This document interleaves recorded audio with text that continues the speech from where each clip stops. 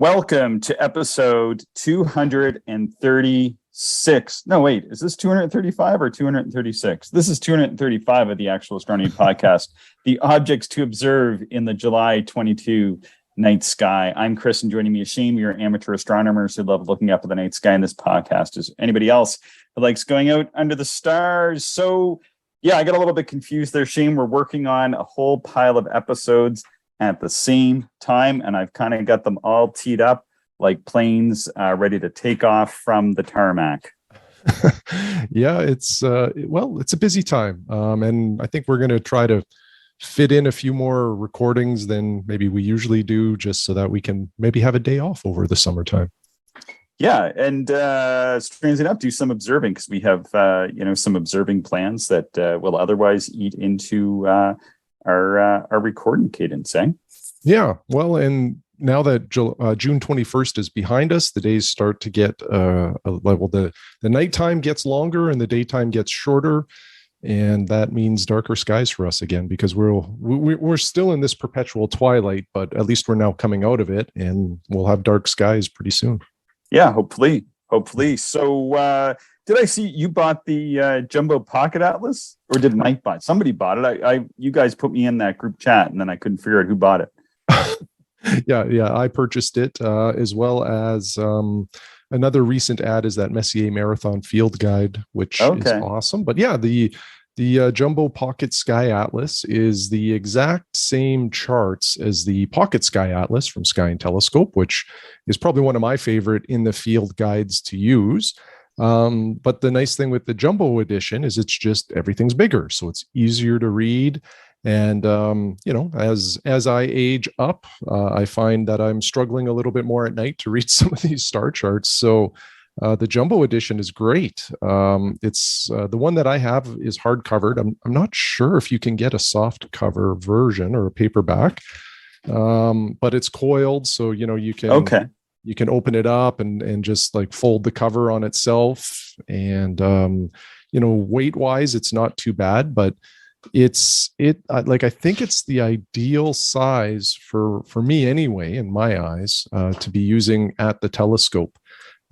So I've basically got three versions of the Sky Atlas. I've got the Pocket Sky Atlas, I've got the Jumbo Pocket Sky Atlas, and then I have like the desk one that's laminated, that's gigantic, and that's not one you can use right at the telescope. Like you need a table for that. You go look at it, then So this one is just really good. The paper quality feels like it's a heavier bonded paper, and it has a bit of a shinier finish to the pages. So I think it'll it's not dew proof, I'm sure, but I think it'll withstand dew a lot better than the Pocket Sky Atlas that I have, because it's all wrinkly from getting wet and that kind of stuff. So right now I'm saying that the Jumbo Pocket Sky Atlas is a big recommend on my part. I think I'm going to really enjoy using this. Yeah, so this is the Jumbo Pocket Atlas from Sky and Telescope magazine. I think it was out of print for a while. Now it's back in print, and we have no relationship with Sky and Telescope magazine. Although we did just have a guest on who writes for Sky and Telescope magazine. I'm just a regular subscriber and do know some of the contributing writers, and really enjoy the articles that they write, and that's how I do a lot of my observing. It's a lot of fun. One thing I'm going to note, though, Shane, and you're doing this as well, is we tend to prefer actually using the physical star charts under the nighttime sky. I know that's how I observe. I think it's how you observe. Why do we do that over observing, say, with software on a iPad or a cell phone or a computer? Why do we use physical star charts with red lights instead of using digital technology when it's so widely available? Two big reasons for me. Number one is often I find the digital stuff to be too bright. And I know you can get overlays and you can tune the lighting and all of that kind of stuff on your phone or tablet. But I still usually find them just too darn bright. And sometimes even when you do all of that tuning, sometimes it doesn't apply to a lock screen or something like that. So you still get blasted by, some white light at times. So yeah, I just don't like it for that. And then the other aspect is a lot of these devices don't do well when it's cold out. And even in the summertime, it can get kind of chilly. Yeah. So, there's that. And maybe even a third one here is, like, these devices are not inexpensive, and I don't want to drop one on the ground, especially if I'm observing, like, on my cement patio. So anyway, the book, a book with a red flashlight is ideal for me, or like a physical medium. It's just, it works, and it removes all those other issues.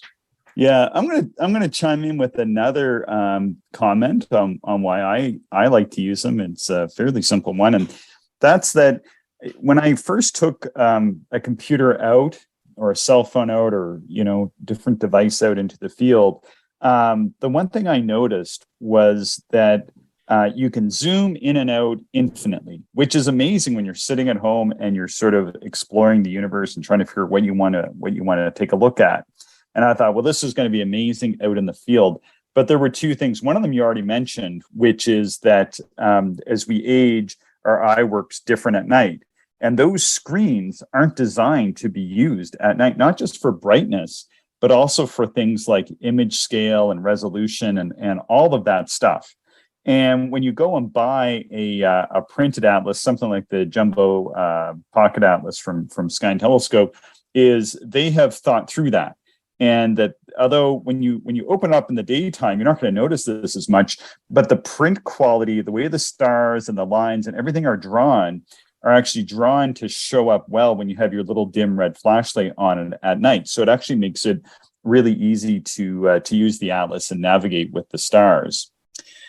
The other thing, go ahead. I was just going to say, that's a great point. Yeah. The other thing, and this never occurred to me, this was actually around the time when digital technology came out, and I was messing around with Barnard's star charts, and I was printing off digital versions, and I was laminating them and taking them out into the field to use. And the first thing I noticed compared to software, because the astronomy software was really coming out as I was getting into astronomy, and I just assumed that's what I was going to be using under the stars. But the thing that I recognized almost immediately is that people that are making star charts are doing it in such a way that the scale from where your eye is to the chart is they're trying to sort of guesstimate that scale of looking up at the sky, maybe if it's like a more basic chart, or the types of instruments that you're going to be using and the types of magnifications you're going to be using either as a finder or as a low power eyepiece in a small telescope. So someone's really gone through a lot of trouble to figure out that scale. But when you take out the software, you have to play with it to try to figure out what that scale is. And it's kind of like learning to use a focuser or something. And I could never figure out, like, I spent a long time messing around with like the zoom level. And sometimes I'd be looking at something and I keep zooming in and then I get lost. And although when you're sitting at home in a nice, comfortable room, it's all good. But when you're out, it's -3 or -10 and you're trying to mess around with this stuff, or even in the summer when it's +3 or +10, it gets a little bit frustrating. And so what I tend to do, as you know, is I just mark my pages with the stuff I want to look at. I turn to it, and then I've got little sticky notes beside the object I want to look at, and then I go right to it. But the software doesn't really seem to be able to replicate that experience yet at this time. Maybe it will, but it just doesn't quite do it for me yet. So like you, I have lots of star charts, and can't wait to see what the Jumbo Pocket Atlas does under the night sky for you. Yeah, me too. I'm excited for it. And I'm excited because I received a 2-inch adapter for my Comet catcher. Yeah, that's awesome. I'm also excited for that too. Yeah. So I took a 1982 or an 84 Celestron orange tube that was made when I was in elementary school. I just bought it used for a couple $100 and turning it into a wide field machine by buying various adapters until I found the right one. To mate modern 2-inch well-corrected eyepieces to an f3.5 system. So yeah, very excited for that. All right, let's talk about what people can see this month. I'm really excited for July to roll around on the calendar because the sky will be getting dark again, and we'll be back in the park doing some dark sky observing. Yeah, exactly. July kind of marks the return to dark sky observing for us, and yeah, I'm super excited for it too. Yeah, that won't come along till after first quarter, which is on the 7th. So kind of throwing something a little different out. I was looking at this because I'm the editor for the RESC Observer's Calendar, and July 3rd actually gives you the opportunity to see Arcturus before sunset during the first week of July. Have you ever tried, other than the sun, because I didn't want to go there, but other than the sun, have you ever tried to see a star during the daytime? Not a star. No, I've observed the planets like Venus, Jupiter, Saturn during daylight, but not a star. No. I'm trying to remember. I might have seen, and I didn't hunt it down. I think someone hunted down Sirius once and showed it to me through a telescope, but that was a long time ago. Arcturus, though, first week of July. Always have to be careful if you're taking the telescope out before sunset, not to catch a glimpse of the sun through the telescope. Of course, that will cause immediate eye damage. But I believe during the first week of July, it's appreciably Arcturus would be appreciably far away from the sun, and probably what you could do is use one of your go-to telescopes or something like that to get it in the field. But be very careful because, of course, when the sun is up, typically I'm not pointing a telescope at the sky at all. Yeah, it can be dangerous, but that would be a neat observation to be able to catch a star during daylight or twilight. Yeah. On July 7th, though, that's when you have the first quarter moon, and hopefully the start of when it actually is getting dark. And then the lunar straight wall is visible that night. So first quarter moon, Shane, always sort of neat to see it hanging in the nighttime sky. And one thing I'm going to recommend to people before you talk about the straight wall is if you're a person who's never used binoculars on the night sky, or maybe you have, it's always really amazing just to take your binoculars and to point them at that first quarter moon, or sort of looks like a half moon in the sky, because you can see a lot of craters in that right along the edge of where the illuminated portion meets the unilluminated portion, which we call the terminator. But that's always a pretty big blast to do, even for us experienced amateurs, eh? Oh, yeah, absolutely. Lots to see. It never gets boring. If you have a little telescope, though, you can see the lunar straight wall. So what is the lunar straight wall, Shane, and how can people see it on the moon around the July 7th date? Yeah, the lunar straight wall is, again, it's a clair-obscur effect, meaning kind of a shadow play with the way certain areas of the moon are illuminated versus in shadow. And essentially what this is a ridge on the moon in a very flat area. But at certain times of the month, the way the sun casts a shadow, it looks like somebody just took a Sharpie marker, a black marker, and drew almost a perfectly straight line. And through a telescope, it's really neat to see, and it's also quite large. So you really can't miss it if you're out observing on July the 7th. It should be quite interesting. And with all of these clair-obscur effects, the other thing to remember is that it does change minute by minute, although you probably won't detect it. But as the angle of the sun is changing, and it's just constantly changing, so do these effects evolve in terms of their appearance. So if you are observing the lunar straight wall on the 7th, observe it kind of early in your observing session, and then come back to it periodically and just see if it's changed at all in terms of how large it is or any of the other characteristics that you see. So summer's coming, and you might be enjoying a pop or a soda, as they call it in the States, or some sort of other beverage. And if you're sitting around at home, you have a nice coffee table. You need to put it down. Now, if you're from the East Coast, we might say you need an East Coaster to put your beer on. But on the July 13th, the full moon is going to cause some large tides for those on the coast, and that can be something really to take a look at. I know it was always fascinating growing up, watching those larger tides and lower tides, of particular interest, because you'd be able to walk out on the mud flats in front of the place where I grew up. It was always kind of interesting to go out there and try to pull up some razor clams or dig for some regular clams and go through that kind of intertidal experiment when you're a little kid is always a lot of fun. I'll take your word for it. I'm a prairie boy through and through. July 14th, we have Saturn 4 degrees north of the moon. Now, we're going to have a lot of pairings of the planets and the moon, which although we're getting towards and we're around full moon there being on the 13th and just after, it's still going to look more or less full for the better part of 4 or 5 days after full moon. So too bright really to do any deep sky observing. But what I always like at this time of year is that moon is sitting nice and low, sort of in that saddle portion of the ecliptic. Yeah, so quite. Oh, sorry. No, go ahead. I was just going to say, yeah, quite low. And, the best thing of the moon is it's the easiest object to find in the sky when it's up. So it makes for a great anchor point for some of these close pairings with the planets. Exactly. So by being able to find the moon so easily, you're going to be able to find things like July 14th, Saturn and the moon, just 4 degrees apart. And 4 degrees, if you hold your arm up at arm's length, if you hold your fist up at arm's length, your fist is going to cover approximately, it's going to span sort of 10 degrees of the nighttime sky. So if we're talking about 4 degrees, it's just under half of that. And most binoculars are going to easily encompass 4 degrees. So if you just take your binoculars out and look at the moon, because the moon is going to be pretty bright and has a lot of glare to it, binoculars are going to help cut through some of that and to reveal these planets close into to a just about full moon. Yep. On July 18th, Neptune is going to be 3 degrees north of the moon.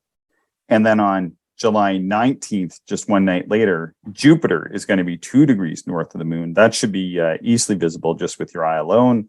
And then on the 20th, we have last quarter, and I just got to put this in for fun, was Pluto is at opposition in Sagittarius. So that can be a bit of a stretch. Did you ever see Pluto before? It's pretty faint. Yeah, I don't think I've actually done the proper way to observe Pluto, which Pluto's extremely faint. So the only way to observe Pluto, because it will look like a very faint star, is you match up the star field and you record where you think Pluto is within that star field. And then you come back days later to see if it's moved. And if it's moved, you can then say, I've observed Pluto. So I've never really done that. I've pointed a telescope where it should be. Whether or not I've seen it, I don't know. Probably not.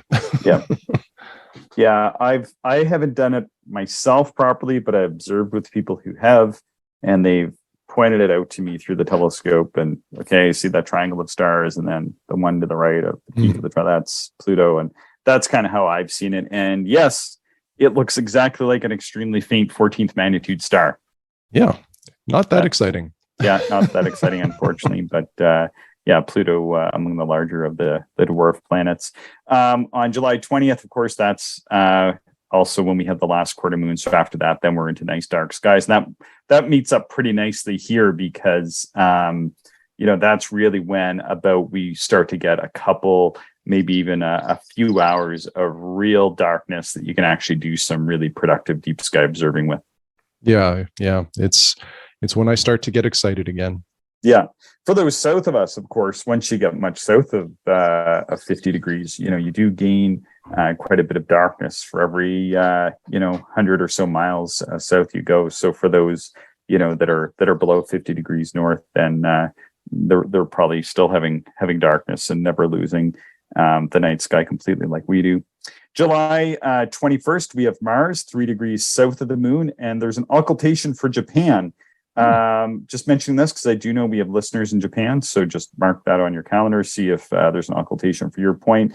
There's a few other places that you can see occultation from, but not North America. And I go through and just kind of keep a general tally of where listeners are writing from. And so if I do note that something is happening in one of those areas, then I'll try to mark it. But no, I think that was the only place. On July 22nd, though, Uranus is going to be occulted by the moon. So the moon is going to pass in front of Uranus, and that's for South America and Europe. And I do know we have observers in both of those locations. And then also on July 22nd, the Lunar Curtis X is going to be visible. And did you ever take a look at that? I can't remember. I feel like I did try to hunt it down one night, and now I forget. I think it was like a year or so ago. Yeah, I don't know if I've chased this one. I can't remember. This does not stand out to me, so I don't think I have. Yeah, I think it's another one of those clear obscure effects where it looks like there's an X and it's a combination of a couple of craters on the moon. But if you happen to have nice clear skies on July 22nd, maybe you're out looking for either the Uranus occultation, or on that night, I mean, Uranus is going to be extremely close to them. I think it's like less than half a degree away for us here in the central North America. But on that night as well, you could check out, see if you can see an X pattern along the terminator, which is the night where the night and the daytime zone meet on the moon. That shadow line, that's called the terminator, and that's where this X will be visible. Yeah. This one goes by another name of the Curtis Cross as well. It looks. Oh, okay. Yeah, just in case anybody was wondering, but yeah, I guess it probably just depends on your orientation. It could be an X or a cross. Very cool. Yeah. July 26th, Venus is going to be 3.5 degrees south of the moon. Of course, that's going to be getting close to sunrise. So, exercise that, again, that solar caution whenever you're observing when the sky is going to be bright. And we do always caution not to observe when the sun is above the horizon, or if you do so, use extreme caution not to be pointing anywhere near the sun. And on July 28th, that is our new moon. And I think around that time, I think that's when we're heading down to the grasslands to do some dark sky observing that weekend with the park. Yeah, I can't wait for that. Hopefully we have some good weather and some good skies for it, but that time of the year we do. The biggest threat in midsummer for us is sometimes smoke from forest fires and grass fires, from all around. So it was certainly an issue last year, but we'll see how this one pans out. Yeah, I can see just a little bit of smoke right now, actually, in the sky from out here in in Lake Country kind of things. So hopefully it does blow away. I know it's kind of coming and going. Some days are exceptionally clear, and then some days just have a tinge. It kind of sort of is obscuring the 10 degrees closest to the horizon. But the time you look up directly overhead, it's fairly blue. So fingers crossed that those fires get extinguished. I know we're having these big rainstorms that are coming through, so I think they just need to hit a couple more spots, and we should be in the clear again. Yep, exactly.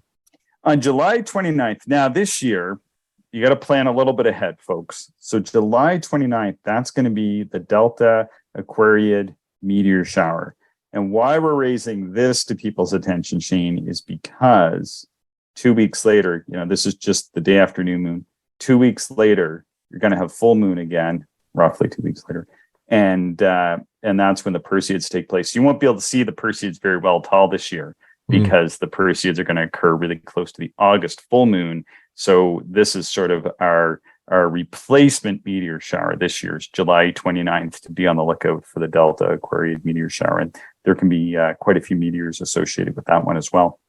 Yeah, and it's great when it aligns with a new moon, because many of us amateur astronomers will be out just doing general observing. Right. And when you have a meteor shower happening, it's just like a bonus. And, it's quite nice to see these streaking through the sky.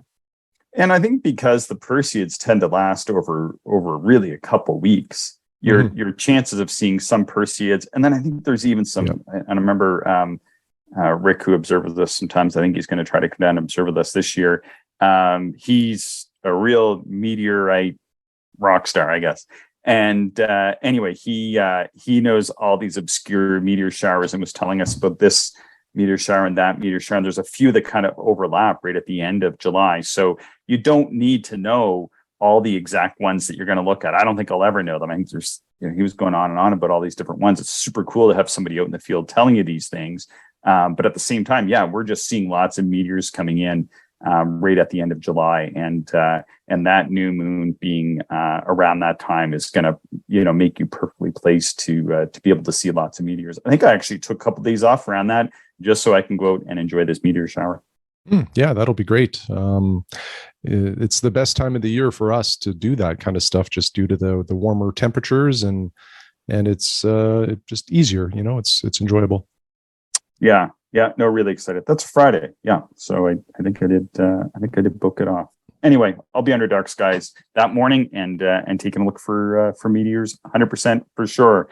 I'm really looking forward to it. It was supposed to be clear.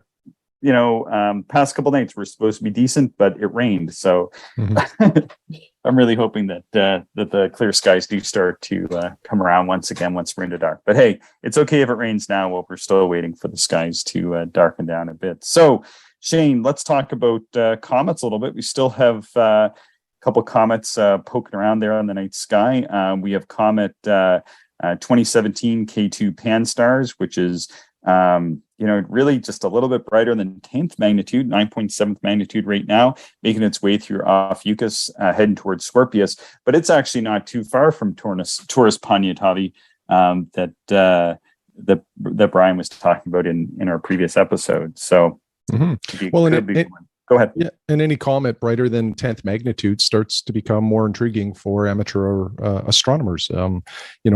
Small telescopes will show it, and sometimes you can start to see some detail in terms of like puffiness.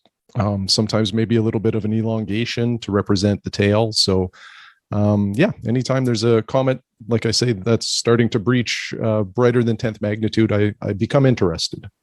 Yeah, and I think for anybody who's listening to this that is south of 50 and has pretty good dark skies, when this podcast gets released, I would encourage you to go, especially if you have like a 12 or 16-inch instrument. I think the larger the instrument, I think probably if you get into like a 16-inch instrument under a really dark sky, you'll be able to see some detail in this, because a few weeks back, Mike and I were observing it with his 12-inch, and we could definitely see some detail at that time. So I think this is a particularly interesting almost 10th magnitude comet. Typically, I'm not that interested in 10th magnitude comets, but this one I think is displaying a little bit of detail for those to have the larger instruments. So well worth checking out if you've got that.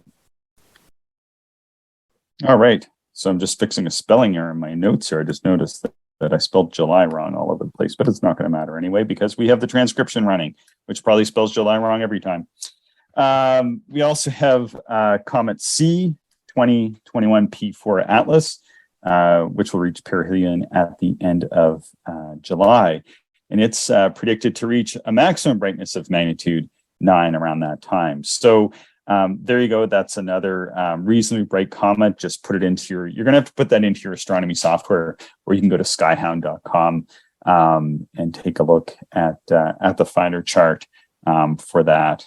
So in these notes, Shane, I put in a variable star for the month. I don't know if you, this came to us from the AAVSO. Didn't know if maybe you want to take it away with the variable star.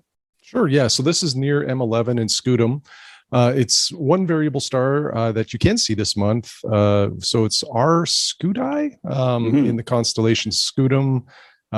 So when the English observer E. Peugeot maybe discovered maker of the car in 1795. There you go. So this was discovered 1795, and at that point in time, it was one of only a few known variable stars. At its brightest, it's a fairly easy star to see. Even at its dimmest, though, some 50 times dimmer, you can still see it with some optical aids. So using binoculars would reveal it.